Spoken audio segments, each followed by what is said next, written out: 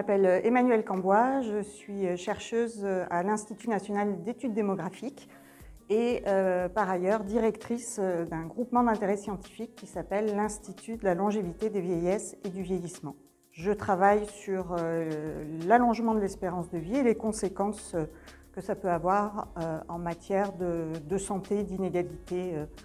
entre les groupes de population, inégalité sociale, territoriale ou entre hommes et femmes. J'ai parlé aujourd'hui du vieillissement, de la santé et de l'implication qu'a pu avoir l'épidémie de Covid sur ce vieillissement et les perspectives démographiques. Donc les points clés, je dirais, est tout d'abord de comprendre que le vieillissement et les vieillesses sont des processus complexes avec des dynamiques qui font que la population âgée aujourd'hui est très diverse en matière de génération qui la compose et en matière d'histoire de vie et de diversité des parcours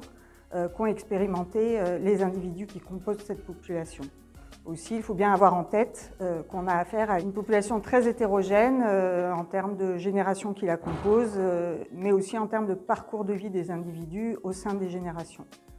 On assiste donc à un vieillissement fort et très divers d'un pays à l'autre ou d'un groupe de population à l'autre. Le deuxième point, c'est que l'incapacité, les risques de dépendance ou plus généralement les chances de vieillir en bonne santé se construisent tout au long des parcours de vie. Et donc la situation qu'on observe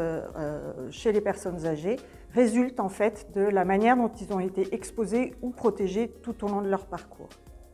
La troisième chose à savoir,